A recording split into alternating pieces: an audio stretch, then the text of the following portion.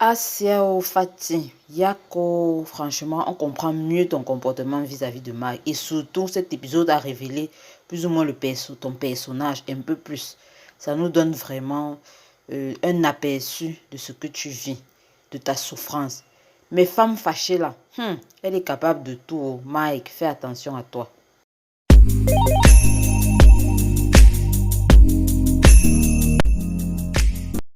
Bonjour les amis, avant de commencer, n'oubliez surtout pas de liker, de vous abonner, mais aussi d'activer la cloche de notification. Comme vous le savez, Marodi avec ses rebondissements, cet épisode nous a sorti une grande révélation. Oui, la relation de Fatih et de Mike.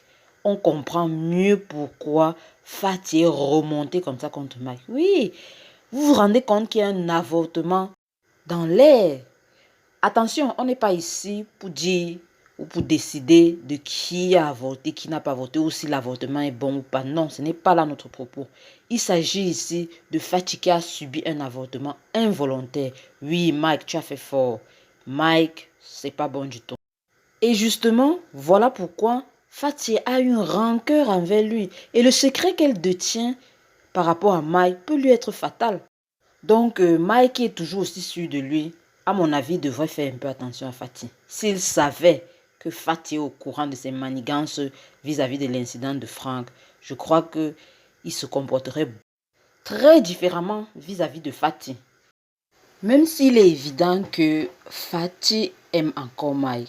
Vous avez vu comment elle le suppliait, elle lui rappelait les moments qu'ils ont passés ensemble. Que s'ils avaient gardé leur enfant, peut-être ça aurait arrangé quelque chose entre eux.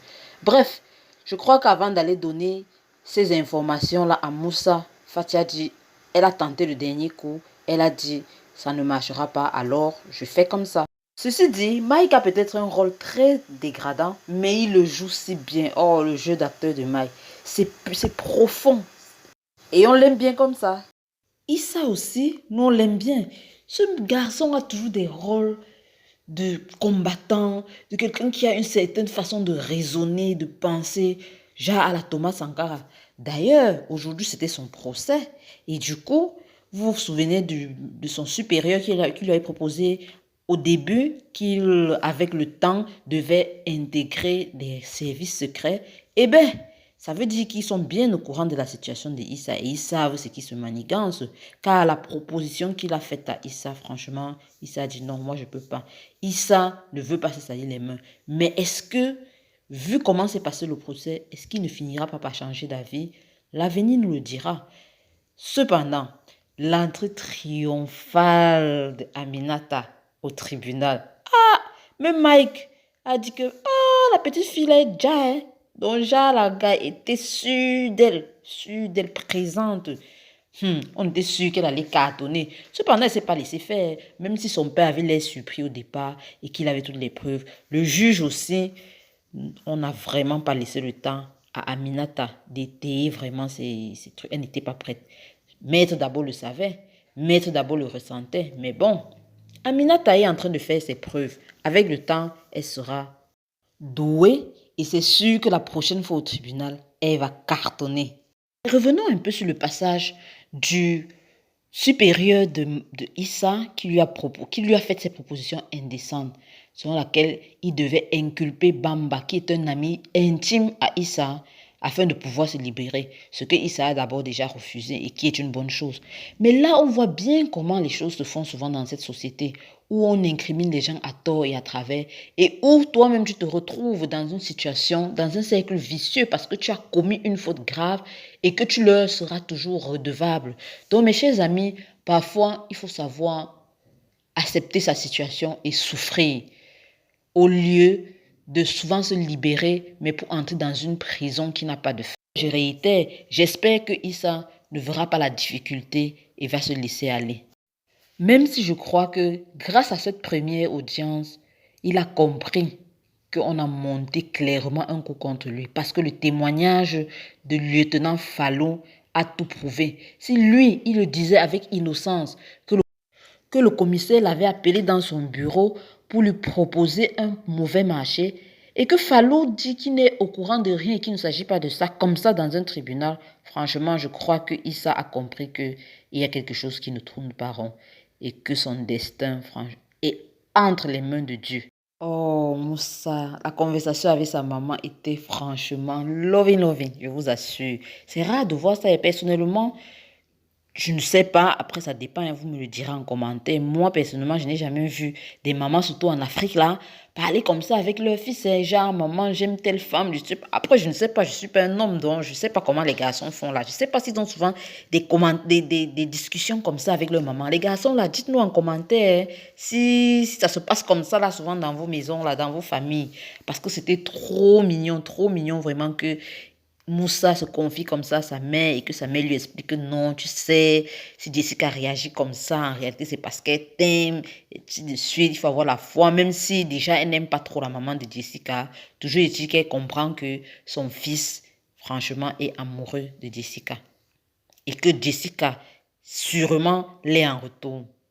Mais Moussa, l'information là que tu as eue de Fatih, ça peut jouer contre toi. Et déjà que Mike ne t'aime pas et qu'il a promis de te faire du mal d'une manière ou d'une autre, ta moto qu'on a volée pendant qu'on était au tribunal et l'annonce que tu fais à Mike à la fin où il réagit, genre, celui-ci sort cette information-là. Donc, mon ami, il faut protéger tes arrières parce que là, ça sera une guerre virtuelle. Tu vas seulement constater.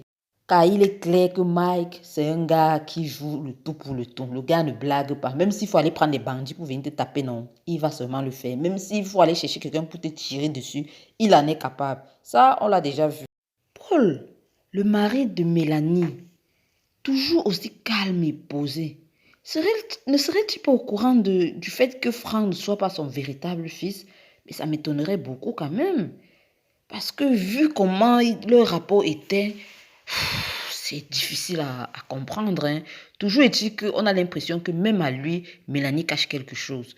Elle lui cache beaucoup de trucs. Si c'est le fait qu'il n'était pas le vrai père de Franck, ça alors, comment réagirait-il? Parce qu'un homme comme lui qui est toujours posé, toujours dans la mesure, toujours en train, et qui mais est d'un secours, ou d'une épaule pour Mélanie, comment est-ce qu'il réagira quand il saura que Mélanie l'a trompé avec un autre? Difficile à imaginer. Mais on connaît Marodi. Il nous réserve des surprises. Peut-être qu'il ne fera rien. Peut-être qu'il fera quelque chose. Toujours est-il que les personnages dans ce film, franchement, ils ont des facettes, des milliers de facettes qui nous ressortent tous les jours. Et nous, on aime ça, bien entendu. L'un des faits marquants de cet épisode et qu'on ne peut laisser passer, c'est bien entendu l'échange ou plutôt l'altercation qu'a eu Prince et Adja par rapport à leur situation dans ce mariage. Elle était franchement particulière. Ah, on aurait dit genre, la dispute à l'européenne, quoi. On se crie pas trop dessus, du moins on évite. On ne se lance pas des trucs. Ce n'est pas la bagarre, un genre, là. Quoique quand je dis à l'européen, ça ne veut pas dire que les Européens ne bagarrent pas aussi, hein. Mais genre, c'était un peu moderne, quoi. Toujours dit qu'ils se sont dit beaucoup de trucs et apparemment la confiance est brisée parce que l'un ne croit plus à l'autre. Et les sacrifices que Adja estime avoir fait pour Prince, pardon, elle ne pense plus pouvoir le faire. Les sacrifices que Prince fait pour Adja et que Adja ne comprend pas, il croit qu'il est à bon. Mais selon vous, est-ce qu'il ne devrait pas expliquer clairement, si c'est sa femme, si tu fais des sacrifices, est-ce que tu ne devrais pas expliquer clairement ce que tu fais pour elle? Est-ce qu'elle doit être toujours dans le secret? C'est ton épouse, tu dois partager des trucs avec elle. Et Adja de son côté, je pense aussi que c'est l'oisiveté un peu. Comme elle a dit, elle s'occupe de la maison 24 heures sur 24. Ça veut dire que Adja devrait un peu sortir du cocon de sa maison et peut-être faire une activité, essayer de sortir parce que sortir seulement pour rencontrer des amis, parfois c'est pas suffisant. Il faut que tu t'occupes avec quelque chose qui te prend du temps et qui te fait un peu oublier le train-train quotidien, qui te fait un peu oublier les problèmes de tous les jours. Donc, Prince et Adja, franchement, on ne voudrait pas voir votre couple se séparer comme ça. Vous êtes un couple assez simpliste.